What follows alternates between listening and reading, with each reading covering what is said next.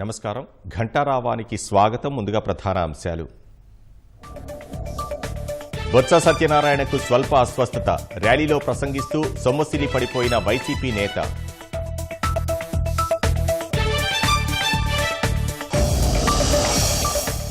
TTD మాజీ chairman YV Subbareddy PA అని ప్రశ్నిస్తున్న SIT. Tirumala కల్తీ నెయ్యి కేసులో 2 రోజులుగా విచారణ.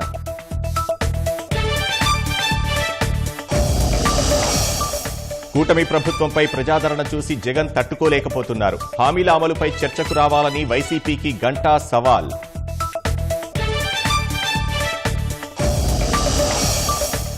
వివాహ వేడుకకు వెళ్లి వస్తున్న వ్యాన్పై సిమెంట్ ట్రక్ బోల్తా. 9 మంది దుర్మరణం. మధ్యప్రదేశ్లో ప్రమాదం.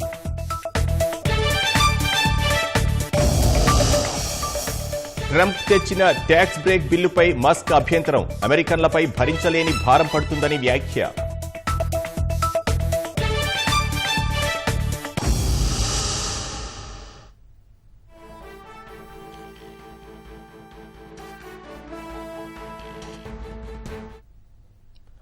చిత్తూరు జిల్లాలో నాగవాండ్లపల్లెలో ఏనుగు దాడిలో రైతు మృతి చెందారు. మరింత సమాచారం మా ప్రతినిధి నారాయణప్పని అడిగి తెలుసుకుందాం. నారాయణప్ప, రైతుపై ఏనుగు దాడికి సంబంధించి వివరాలేంటి? వినోద్, పూతలపట్టు నియోజకవర్గం ఐరాల మండలం నాగవాండ్లపల్లిలో విషాదం చోటు చేసుకుంది. అర్ధరాత్రి పొలం వద్ద నిద్రిస్తున్న సమయంలో నాగరాజు రైతు అలికిడి రావడంతో ఆయన లేచారు. ఆ సమయంలో ఏనుగులు తన వరి పొలంలోకి వస్తున్న సందర్భంలో వాటిని తరిమేందుకు ప్రయత్నించాడు. కానీ ఆ ఏనుగులు ఈయన తరిమేందుకు వెళ్లిన నాగరాజుపై దాడి చేయడంతో సంఘటనా స్థలంలోనే నాగరాజు మృత్యువాత పడ్డాడు. గడిచిన కొన్ని రోజులుగా పూతలపట్టు, పలమనేరు, పుంగనూరు నియోజకవర్గాల్లో అటవీ ప్రాంతంలో ఉన్న ఏనుగులు దారి తప్పి పంట పొలాల్లో తిరుగుతున్నాయి. 2 రోజుల క్రితం రొంపిచెర్ల మండలంలోని ఒక ప్రాంతంలో దారి తప్పిన ఏనుగు పొలాల్లోకి వస్తున్న సందర్భంగా అటువైపుగా వస్తున్న రైతులపై కూడా దాడి చేసింది. అదేవిధంగా మరో వారం రోజుల క్రితం పుంగనూరు నియోజకవర్గ పరిధిలోని సోమల ప్రాంతంలో కూడా దారి తప్పిన ఏనుగులు పంట పొలాల్లోకి వచ్చి పొలాలను ధ్వంసం చేస్తున్నాయి. ఈ నేపథ్యంలోనే రైతులు కొంతమంది రాత్రి సమయాలలో తమ పొలాల వద్ద ఉంటున్నారు. గుంపుగా ఉంటున్న రైతులు ఏనుగుల సంచారం తెలిసిన తర్వాత వాటిని తరిమేందుకు ప్రయత్నిస్తున్నారు. ఈ సందర్భంలోనే నిన్న అర్ధరాత్రి ఈ సంఘటన చోటు చేసుకుంది. మైరాల మండలం నాగవాండ్లపల్లెకు చెందిన రైతు నాగరాజు ప్రాణాలు కోల్పోయాడు ఏనుగు దాడిలో. వినోద్, అయితే దాడి సమయంలో ఆ రైతు నాగరాజు తప్ప ఇంకెవరైనా అక్కడ ఉన్నారా? కేవలం ఆయన మాత్రమే తన పొలం వద్ద పడుకొని నిద్రపోతున్న సమయంలో ఏనుగులు అలికిడి కావడంతో ఆయన మెలకు వచ్చి చూసేసరికి ఏనుగులు వస్తున్నాయి. ఈ నేపథ్యంలోనే ఆయన పంట పొలాల్లోకి ఏనుగులు రాకుండా ఉండడానికి ప్రయత్నించారు. కానీ దారి తప్పిన ఏనుగుల బృందంలోంచి ఒక ఏనుగు వచ్చి నాగరాజు మీద దాడి చేయడంతో నాగరాజు ఒక్కరే ఉన్నారు ఆ సమయానికి. ఈ నేపథ్యంలో నాగరాజు ప్రాణాలు కోల్పోయాడు. ధన్యవాదాలు నారాయణప్ప.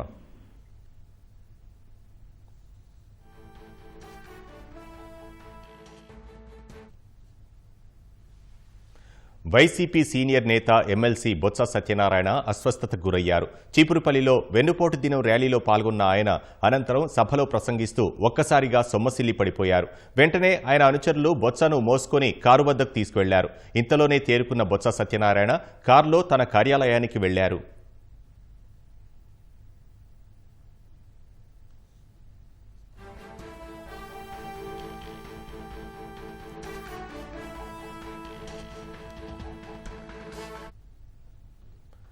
బొత్స సత్యనారాయణ ఆరోగ్య పరిస్థితిపై మరింత సమాచారం మా ప్రతినిధి ఓబులేసుని అడిగి తెలుసుకుందాం. ఓబులేసు, ప్రస్తుతం బొత్స ఎక్కడున్నారు? ఆయన ఆరోగ్య పరిస్థితి ఎలా ఉంది? వినోద్, ఎమ్మెల్సీ బొత్స సత్యనారాయణ, శాసనసభాపక్ష నేత బొత్స సత్యనారాయణ ఆరోగ్య చివరి అస్వస్థకు గురయ్యారు. అస్వస్థకు గురైన వెంటనే ఆయన హుటాహుటిన పార్టీ శ్రేణులు, నాయకులు, కార్యకర్తలు వెంటనే హుటాహుటిన ఆయన ఆరోగ్య పరిస్థితి దృష్ట్యా ఆసుపత్రికి తరలించి ప్రయత్నం చేస్తారు. అయితే ఆయన మార్గం చివరి నుంచి గర్వీటికి మార్గంలో కాస్త కోలుకోవడంతో పార్టీ కార్యాలయం గర్వీలోని పార్టీ కార్యాలయంలో వచ్చి ఆయనకి సపర చర్యలు చేశారు. సపర చేసిన వెంటనే ఆయన అస్వస్థ నుంచి కోలుకున్నారు. అయితే ఆరోగ్య పరిస్థితి నిలకడగా ఉంది. ఆయన గర్వి నుంచి ప్రస్తుతం విశాఖకు బయలుదేరితే విజయనగరంలోని స్వగృహం చేరుకుంటే లేదా విశాఖ వెళ్ళిపోతానని కాస్త ఇప్పుడే ఇంకా సమాచారం అయితే స్వస్థత రావాల్సింది. అయితే ఈ అస్వస్థకు గురైన కారణాల విషయానికి వస్తే ఈ వైసీపీ చేపట్టిన వెన్నుపోటు అనే కార్యక్రమంలో చిగురుపల్లిలో పాల్గొన్న బొత్స సత్యనారాయణ ఆ ర్యాలీ అనంతరం ఏదైతే ఆంజనేయపురం నుంచి దాదాపు 3 రోడ్డు కూడల వరకు కూడా చిగురుపల్లి దాదాపు 2.5 కిలోమీటర్ల మేర ర్యాలీ నిర్వహించారు. ఈ భారీ ర్యాలీలో పెద్ద ఎత్తున వైసీపీ సభ్యులు నాయకులు కార్యకర్తలతో పాటు బొత్స సత్యనారాయణ పాల్గొనడం జరిగింది.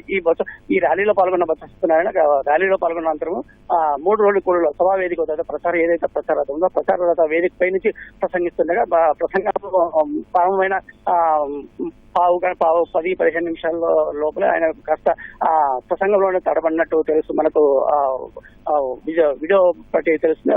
తడబడిన తర్వాత ఆయన మెల్లమెల్లగా మైకు వేరేగా చేతికిచ్చి ఉన్నపలంగా సభ వేదిక పైన కూర్చోవడం జరిగింది. అయితే వెంటనే ఆ పక్కన ఉన్నటువంటి మాజీ ఎంపీ బెల్లాన చంద్రశేఖర్, తర్వాత వైసీపీ నాయకులు సూర్యనారాయణ శ్రీనివాసులు, తర్వాత మరికొందరు వెంటనే ఆయన టౌన్ నుంచి ఆ ప్రచారథం నుంచి కింద దించి తన వెహికల్లో వెంటనే ఆసుపత్రి తరలించి ప్రసంగించారు. అయితే వెంటనే కోలుకున్న బొత్స సత్యనారాయణ పార్టీ గరివిలోని తన వైసీపీ పార్టీ కార్యాలయంలోనే చేసి అక్కడే ఆయనకు సపరచర్యలు చేసిన ఆయన ఆరోగ్య పరిస్థితి నిలకడగా ఉందని తెలుసుకుని అక్కడ నుంచి ఆయన ప్రస్తుతం ఆయన ఆరోగ్యం నిలకడగా ఉంది, క్షేమంగా ఉన్నట్టు ఆయన దేవుని దేవాలయ ఆరోగ్యం బాగానే ఉంది. వడదెబ్బ కారణంగానే తన అస్వస్థకున్నట్టు పార్టీ శ్రేణులు నాయకులతో చెప్పి ఆ ధైర్యంగా అక్కడి నుంచి పార్టీ హౌస్ నుంచి ప్రస్తుతం కూడా ఆయన గరివి నుంచి బయలుదేరారు. అయితే ఈ గరివి ప్రస్తుతం విజయనగరం స్వగ్రామం చేరుకుంటారు లేదా విశాఖలో తన స్వగ్రామం చేరుకుంటారని తర్వాత మాత్రం తెలియజేస్తుంది. ఓబ్లేసు, ఆయన అస్వస్థతకు గురైన తర్వాత ఆసుపత్రికి తీసుకువెళ్లారా? వైద్య పరీక్షలు ఏమైనా చేయించారా? వినోద్, అస్వస్థకు వేదిక వద్ద ఉన్నపలంగా కుప్పకూలంతో నాయకులు కార్యకర్తలు ఆందోళనకు గురి. ఈ కారణం ఏంటి? గతంలో ఆయన గుండెపోటు గురి కావడం, తర్వాత ఆయనకు కాస్త ఆ పెరాలసిస్ గురి ఉండడంతో వెంటనే అదే ఎలాంటి ముప్పు వాటిలో అని చెప్పేసి అక్కడ ఉన్న నాయకులు కార్యకర్తలు అందరూ కూడా ఇక ప్రాణప్రాయ స్థితికి వెళ్లిపోయాడు అనే చెప్పి ఆందోళన వ్యక్తం చేశారు. అయితే ఆసుపత్రికి తరలించే క్రమంలో అయితే వెంటనే కోలుకొని తనకు ఏమాత్రం అంటే వడదెబ్బ మాత్రం తగిలినట్టు నాకు ఏమీ కాలేదని చెప్పేసి ఆయన శ్రేణులకి నాయకులకి సర్ది చెప్పడంతో వెంటనే ఆయన పక్కన ఉన్నటువంటి అంటే 2 కిలోమీటర్ దూరంలో ఉన్న గరివిలోని ఆ పార్టీ కార్యాలయానికి తరలించి అక్కడ సపరచర్యలు చేశారు. సపరలు చేసిన వెంటనే ఆయన కోలుకొని తన కాస్త దవాలు తీసుకుని వెంటనే కోలుకొని కూర్చొని మిగతా శ్రేణులకి నాయకులు అందరూ కూడా ధైర్యం చెప్పి అక్కడి నుంచి బయలుదేరడం జరిగింది. వినోద్, అయితే ర్యాలీలో పాల్గొనక ముందు ఆయన ఏమైనా అనారోగ్య సమస్యతో బాధపడుతున్నారా ఓబ్లేస్? వినోద్, గతంలో దాదాపు సాధారణ ఎన్నికల కంటే ముందు దాదాపుగా నాకు గుండెపోటుకు గురైన అనంతరము మీరు హైదరాబాద్ లోని మెరుగైన వైద్య చికిత్స చేసుకుని జరిగింది. అప్పటి నుంచి కూడా ఎన్నికలు కూడా నిరాటకంగా ఎక్కడ ఎలాంటి గ్యాప్ లేకుండా ఎలాంటి ఆరోగ్యపరమైన సమస్యలు లేకుండా అప్పటి నుంచి కూడా ఇప్పటి వరకు కూడా ఆయన అన్ని పార్టీ కార్యక్రమంతో పాటు ఎన్నికల కార్యక్రమంతో పాటు అన్ని ఆరోగ్యకరంగా చురుగ్గా పాల్గొనడం జరిగింది. అయితే ఇప్పటి వరకు అప్పటి గుండె శస్త్రచికిత్స చేసిన తర్వాత అప్పటి నుంచి ఇప్పటి వరకు కూడా ఆయనకి ఎలాంటి ఆరోగ్య సమస్యలు లేవు.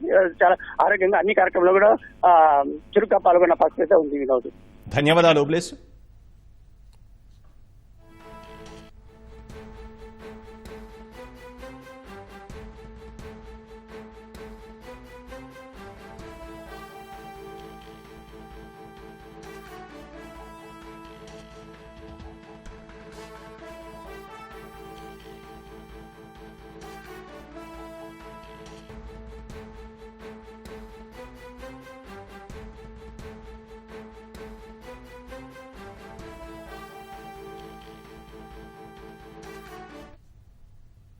వైసీపీ సీనియర్ నేత ఎమ్మెల్సీ బొత్స సత్యనారాయణ అస్వస్థతకు గురయ్యారు. చీపురుపల్లిలో వెన్నుపోటు దినం ర్యాలీలో పాల్గొన్న ఆయన అనంతరం సభలో ప్రసంగిస్తూ ఒక్కసారిగా సొమ్మసిల్లి పడిపోయారు.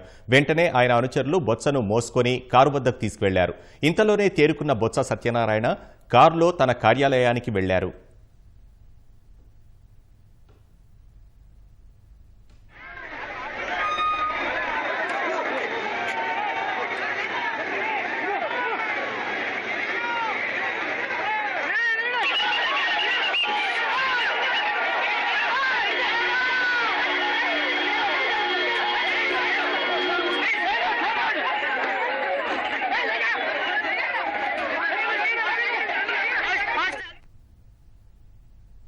తిరుమల కల్తీ నెయ్యి కేసులో కీలక పరిణామం చోటు చేసుకుంది. టీటీడీ మాజీ చైర్మన్ వైవి సుబ్బారెడ్డి పిఏ అప్పన్నకు సిట్ నోటీసులు ఇచ్చింది. 2 రోజులుగా అప్పన్నను సిట్ అధికారులు ప్రశ్నిస్తున్నారు. తిరుపతి సిట్ కార్యాలయంలో అప్పన్న విచారణ జరుగుతోంది. అప్పన్నతో పాటు మరో 6 టీటీడీ ఉద్యోగులను సిట్ అధికారులు ప్రశ్నిస్తున్నారు. తిరుమల లడ్డూల తయారీలో కల్తీ నెయ్యి వాడిన కేసులో ఇప్పటికే 15 మంది అరెస్ట్ అయ్యారు. టీటీడీకి నెయ్యి సరఫరా చేసిన డైరీ యజమానులు, ఉద్యోగులు అరెస్ట్ అయిన వారిలో ఉన్నారు. జూన్ 4 ప్రజలు తీర్పుతో రాష్ట్ర రాజకీయాల్లో చరిత్ర సృష్టించిన రోజు అని ముఖ్యమంత్రి చంద్రబాబు అభివర్ణించారు. ప్రజా విప్లవానికి నియంత పాలకులు కొట్టుకుపోయిన రోజు అని గుర్తు చేశారు. అధికారం పేరుతో ఊరేగిన ఉన్మాదాన్ని ప్రజలు తరిమికొట్టిన రోజు అని, సైకో పాలనకు అంతం పలికి ప్రతి పౌరుడు స్వేచ్ఛ, ప్రశాంతత పొందిన రోజు అని స్పష్టం చేశారు. ఉద్యమంలా ఓట్లేసి తిరిగి రాష్ట్రంలో ప్రజాస్వామ్యాన్ని నిలబెట్టిన రోజు అని పేర్కొన్నారు. వైసీపీ ప్రభుత్వ ఉగ్రవాదంతో గాయపడ్డ రాష్ట్రాన్ని కూటమి చేతిలో పెట్టి సంక్షేమం, అభివృద్ధి, సుపరిపాలనకు నాంది పలికిన రోజు అని వెల్లడించారు. పసుపు సైనికుల పోరాటాలు, జన సైనికుల ఉద్యమాలు, కమలనాథుల మద్దతుతో రాష్ట్రం గెలిచిన రోజు అని అన్నారు. ఏడాది క్రితం ప్రజలు ఇచ్చిన అధికారాన్ని, రాష్ట్ర పునర్నిర్మాణాన్ని బాధ్యతగా భావించి రోజు పనిచేస్తున్నామన్న సీఎం వారు పెట్టుకున్న నమ్మకాన్ని నిజం చేసేందుకు పాలన గాడిలో పెట్టామన్నారు. సంక్షేమాన్ని అందిస్తూ అభివృద్ధి పట్టాలెక్కించామని పేర్కొన్నారు. రాష్ట్ర దశ దిశను మార్చేందుకు ప్రజలిచ్చిన తీర్పునకు ఇవాల్టితో ఏడాది పూర్తయిందన్న సీఎం నాటి విజయాన్ని గుర్తు చేసుకుంటూ ప్రజలకు శిరసు వంచి నమస్కరిస్తున్నట్లు పేర్కొన్నారు. వచ్చే 4 ఏళ్లలో మరెన్నో అభివృద్ధి, సంక్షేమ కార్యక్రమాలు చేపడతామన్న సీఎం కూటమి విజయానికి నాంది పలికిన టీడీపీ, జనసేన, బీజేపీ కార్యకర్తలకు ధన్యవాదాలు చెప్పారు. సరిగ్గా సంవత్సరం క్రితం ఇదే రోజున విధ్వంస పాలనపై ప్రజలు గెలిచారని, ప్రజాస్వామ్యం గెలిచిన రోజు అని మంత్రి నారా లోకేష్ అన్నారు. అరాచక, కక్షపూరిత పాలనపై ప్రజా ఆకాంక్షలు ఘన విజయం సాధించాయని అభిప్రాయపడ్డారు. ఈ గెలుపు 5 కోట్ల ప్రజల గెలుపు అని గుర్తు చేసుకున్నారు. ప్రజా తీర్పు కూటమి బాధ్యతను మరింత పెంచిందన్నారు. చంద్రబాబు పాలనా అనుభవం, పవనన్న ఆశయానికి మోదీ ఆశీస్సులు పుష్కలంగా లభించడంతో ఆంధ్రప్రదేశ్ పునర్నిర్మాణం ప్రారంభమైందని లోకేష్ పేర్కొన్నారు.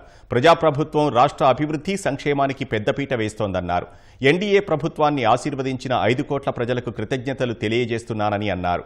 ఆంధ్రప్రదేశ్ అభివృద్ధిలో అగ్రస్థానంలో నిలిపేందుకు ఇదే స్ఫూర్తితో తమకు అడ్డగా నిలుస్తారని కోరుకుంటున్నానన్నారు. విధ్వంసాన్ని కాదని వికాసాన్ని ఎంచుకున్న రాష్ట్ర ప్రజల తీర్పు మరువలేనిదని కూటమి నేతలు అన్నారు. కూటమి ప్రభుత్వం ఏడాది పాలన పూర్తి చేసుకున్న సందర్భంగా విజయవాడ స్క్రూబ్రిడ్జి సమీపంలోని ఇస్కాన్ ప్రాంగణంలో సుపరిపాలన మొదలై ఏడాది కార్యక్రమంలో నిర్వహించారు. ఇందులో మంత్రి నాదెండ్ల మనోహర్, ఎంపీ శివనాథ్, ఎమ్మెల్యే గద్దె రామ్మోహన్ రావు పాల్గొన్నారు. ప్రజల అభీష్టం మేరకే కూటమి ప్రభుత్వం పనిచేస్తుందని ప్రజాప్రతినిధులు అన్నారు. కష్టాలను అధిగమిస్తూ సీఎం చంద్రబాబు రాష్ట్రాన్ని అభివృద్ధి చేస్తున్నారని ప్రశంసించారు. 5 సంవత్సరాల పాలనలో చూసిన రాక్షసత్వాన్ని పాలతోలే విధంగా ప్రజలు వారు కోరుకున్న ప్రభుత్వం ఈ కూటమి ప్రభుత్వం.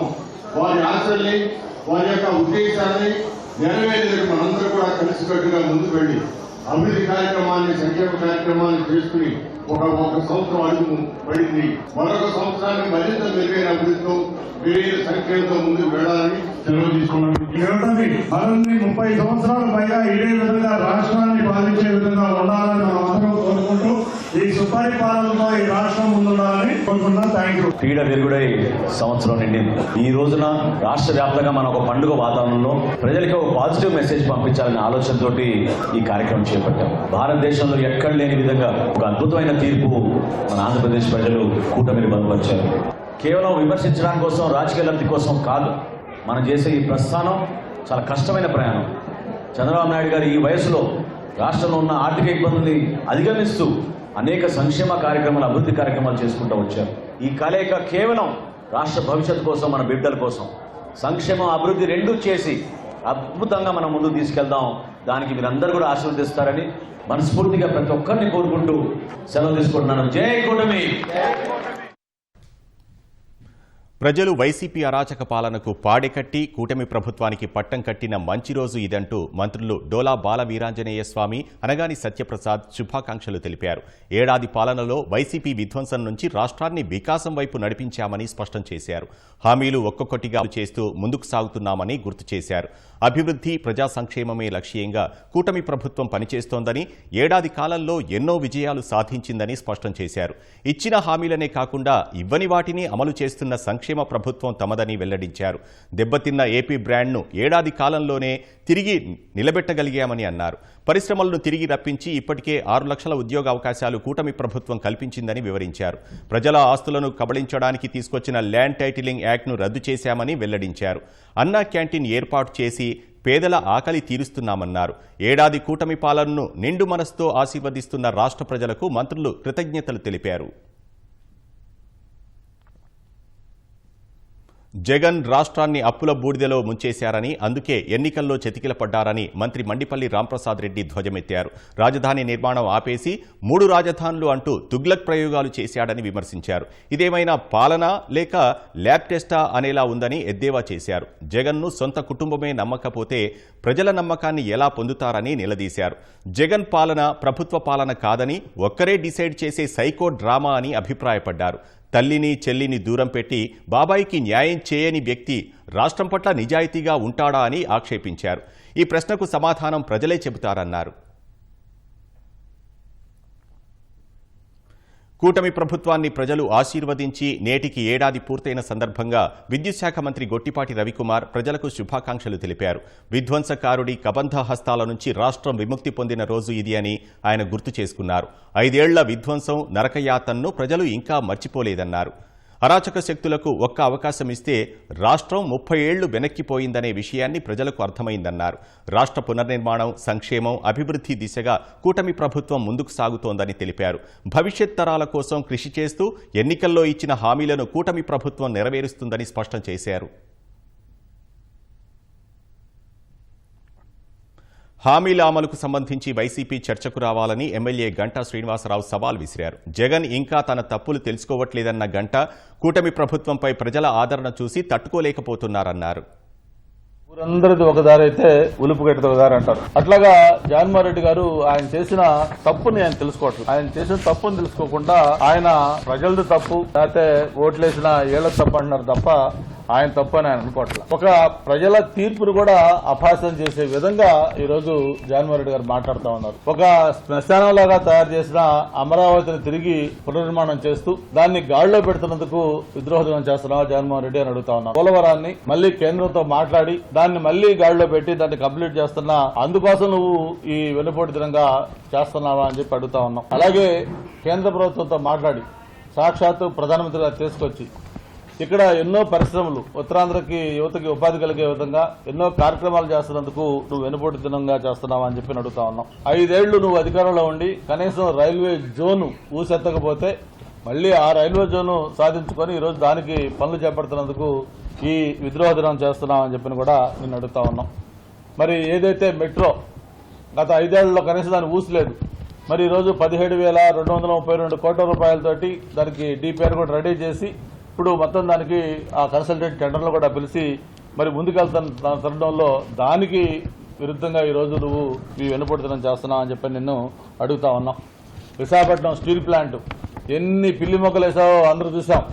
అటువంటి స్టీల్ ప్లాంట్ 5 ఏళ్లు కనీసం ప్రధానమంత్రికి తీసుకెళ్లి ఒక్కసారి ఆ అంశం కూడా మాట్లాడకుండా దాన్ని ఒక రకంగా ప్రైవేటైజేషన్ కావడానికి ప్రోత్సహించిన వ్యక్తిగా చరిత్రకెక్కిన నువ్వు ఈరోజు కేంద్రంతో 12,000 కోట్ల సాయం తీసుకొచ్చి మళ్లీ దాన్ని గాడిలో పెడుతున్నందుకు వెన్నుపోటు దినం చేస్తున్నాం అని చెప్పని అడుగుతా ఉన్నాం.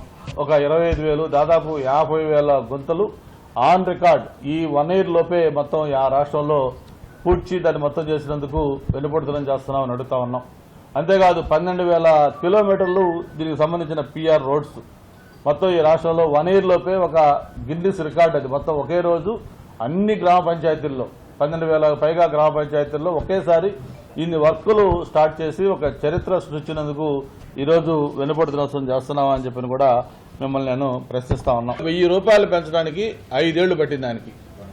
అది ఒక్కటి చాలు జగన్మోహన్ రెడ్డి గారి పరిపాలన ఏ విధంగా ఉంది, ఆయన మేనిఫెస్టో ఏ విధంగా అమలు చేశాడని చెప్పడానికి. అటువంటిది మేము ప్రభుత్వం వచ్చిన మొదటి నెలలోనే 3,000 రూపాయల నుంచి 4,000 రూపాయల పెన్షన్ పెంచడమే కాదు, జగన్మోహన్ రెడ్డి గారు బాకీ పెట్టిన 3 నెలలకు సంబంధించి 3,000 రూపాయలు కలిపి 7,000 రూపాయల పెన్షన్ మొట్టమొదటి నెలలోనే ఈ రాష్ట్రంలో పంపిణీ చేసి, అది కూడా వాలంటీర్స్ లేకుండా ఉదయం మొదలుపెట్టి సాయంత్రం కల్లా పంపిణీ చేసి ఒక రికార్డు సృష్టించిన విషయం కూడా మీకు గుర్తుంది. నేను బహిరంగంగా సవాల్ విసురుతా ఉన్నాం. మా మేనిఫెస్టోతో నేను వస్తాను, లేకపోతే మా నాయకులు వస్తాం. మీ మేనిఫెస్టో ఏదైతే 2019 మేనిఫెస్టోలో మీరు చెప్పారో అందులో మీరు అమలు చేశారో మేము అమలు చేశామో జర్నలిస్ట్ ఫోరం ద్వారా ఒక బహిరంగ చర్చకు మేము సిద్ధంగా ఉన్నాం. మీకు దమ్ము ధైర్యం ఉంటే ఇటువంటి వెన్నుపోటు దినాలు లాంటి చెత్త చెదారం కార్యక్రమాలు కాకుండా ఒక కన్స్ట్రక్టివ్ డిస్కషన్కి రండి.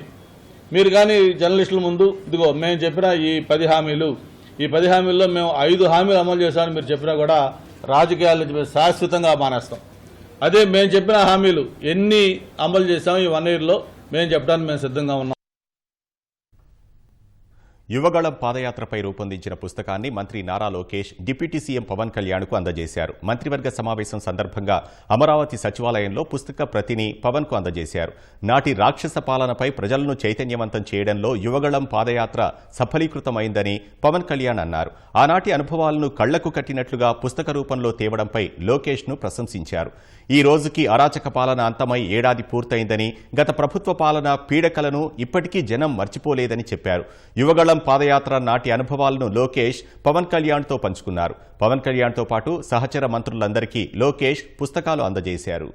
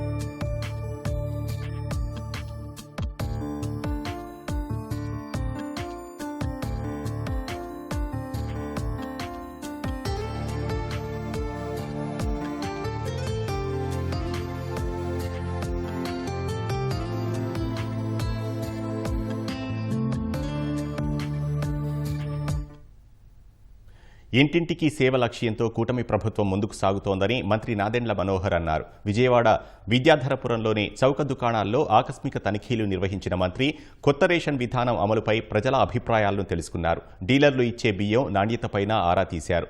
వృద్ధ దంపతుల ఇంటికి వెళ్లి స్వయంగా రేషన్ సరుకులు అందించారు. ప్రతి నెల 1 నుంచి 15వ తేదీలోగా ఉదయం సాయంత్రం వేళల్లో రేషన్ షాప్ నుంచి లబ్ధిదారులు వారికి అనుకూలమైన సమయంలో సరుకులు తీసుకోవచ్చన్నారు. 3 రోజుల్లోనే 6 లక్షల మందికి ఇంటి వద్దనే సరుకులు అందజేసినట్లు తెలిపారు. 29,760 షాపుల ద్వారా రాష్ట్ర వ్యాప్తంగా 62,14,000 కార్డు కుటుంబాలకి మేము సరుకులు ఈ రోజున పూర్తి చేయగలిగాం. అంటే సుమారు 42.14% ఈ 3 రోజుల్లోనే వాళ్ళకి రేషన్ సరఫరా చేయగలిగాం. ఈ గతంలో ఎప్పుడు కూడా ఇటువంటి కార్యక్రమం జరగలేదు. ఇంటింటికి కూడా వెళ్లి ఎవరైతే వృద్ధులు 65 సంవత్సరాలు నిండిన వారు ఉన్నారో, ఎవరైతే ప్రభుత్వం నుంచి దివ్యాంగులుగా పెన్షన్లు తీసుకుంటున్నారో దాదాపు 15,74,000 మందికి రాష్ట్ర వ్యాప్తంగా సరుకులు అందించే విధంగా మేము ఏర్పాట్లు చేశాం. ఈరోజు ఆ సంఖ్య కూడా దాదాపు 6 లక్షలకి చేరింది. రేపటికల్లా ఇంకొక 6 లక్షలు పూర్తి చేసుకుని ఖచ్చితంగా ఆ కార్యక్రమాన్ని కూడా ఎక్కడ పొరపాటు లేకుండా ఈ కార్యక్రమం చాలా అద్భుతంగా ప్రజల్లోకి తీసుకెళ్తున్నాం. విజయవాడ జైల్లో రిమాండ్ ఖైదీగా ఉన్న ఇంటెలిజెన్స్ మాజీ చీఫ్ పిఎస్ఆర్ ఆంజనేయులు అస్వస్థతకు గురయ్యారు. హై బీపీతో బాధపడుతున్న ఆయన్ను పోలీసులు ప్రభుత్వ ఆసుపత్రికి తరలించారు. ఏపీపీఎస్సీ పరీక్ష మూల్యాంకన అవకతవకల కేసులో అరెస్ట్ అయిన పీఎస్ఆర్ ప్రస్తుతం విజయవాడ జైల్లో రిమాండ్లో ఉన్నారు. కళ్ల సమస్యతో కూడా ఇబ్బంది పడుతున్న ఆంజనేయులకు కంటి పరీక్షలు నిర్వహించనున్నారు. నెల్లూరు జిల్లా మర్రిపాడు మండలం పొంగూరు వద్ద జాతీయ రహదారిపై జరిగిన రోడ్డు ప్రమాదంలో ఓ ట్యాంకర్ అగ్నికి ఆహుతైంది. ప్రమాదంలో ఇద్దరికి తీవ్ర గాయాలయ్యాయి. అదుపు తప్పి బోల్తాపడి ఉన్న ఆయిల్ ట్యాంకర్ను చూసేందుకు డ్రైవర్ సిమెంట్ లారీని ఆపారు. ఈ క్రమంలో వెనుక నుంచి వచ్చిన మరో లారీ సిమెంట్ ట్యాంకర్ను ఢీకొట్టింది. సిమెంట్ ట్యాంకర్లోని బ్యాటరీ పేలి మంటలు చెలరేగాయి. ఘటనా స్థలికి చేరుకున్న అగ్నిమాపక సిబ్బంది మంటలు ఆర్పే ప్రయత్నం చేశారు. కానీ అప్పటికే సిమెంట్ ట్యాంకర్ మొత్తం పూర్తిగా దగ్ధమైంది.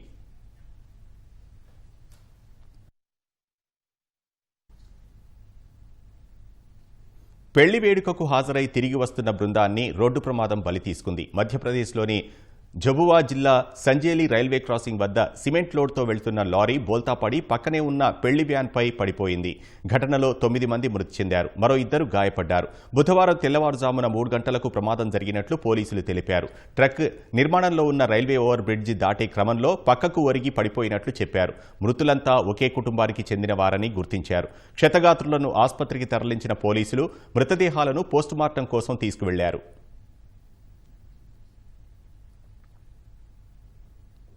ఒడిశాలోని కోరాపుట్ ప్రభుత్వ వైద్య కళాశాల ఆసుపత్రిలో 5 రోగులు ఒకే రాత్రి ప్రాణాలు కోల్పోవడం కలకలం రేపింది. మృతుల్లో 3 మహిళలు కూడా ఉన్నారు. ఆసుపత్రిలో చికిత్స పొందుతున్న రోగులకు నర్స్ తప్పుడు ఇంజెక్షన్ ఇవ్వటం వల్లే వారు ప్రాణాలు కోల్పోయారని బంధువులు ఆరోపిస్తున్నారు. కోరాపుట్లో ఉన్న సాహిద్ లక్ష్మణ్ నాయక్ ప్రభుత్వ వైద్య కళాశాల ఆసుపత్రిలో మంగళవారం రాత్రి ఐసీయూలో చికిత్స పొందుతున్న 3, జనరల్ వార్డులో ఉన్న 2 రోగులు మృతి చెందారు. నర్స్ వారికి 2వ రౌండ్ ఇంజెక్షన్లు వేసిన కాసేపటికే నొప్పితో ప్రాణాలు కోల్పోయారని రోగుల కుటుంబ సభ్యులు ఆరోపించారు. చనిపోయిన రోగులంతా అదే ఆసుపత్రిలో ఆపరేషన్ చేయించుకున్నట్లు కుటుంబ సభ్యులు తెలిపారు. సర్జరీ తర్వాత వారి ఆరోగ్యం మెరుగ్గానే ఉందని చెప్పారు. ఇంజెక్షన్ ఇచ్చిన కాసేపటికే వారి ఆరోగ్యం క్షీణించిందని పేర్కొన్నారు. ఈ మేరకు రోగుల బంధువులు ఆందోళనకు దిగారు. నిర్లక్ష్యంగా వ్యవహరించిన ఆసుపత్రి సిబ్బందిపై పోలీసులకు ఫిర్యాదు చేశారు. ఆసుపత్రికి చేరుకున్న పోలీసులు పోస్టుమార్టం తర్వాతే మృతికి గల కారణాలు తెలుస్తాయని వెల్లడించారు.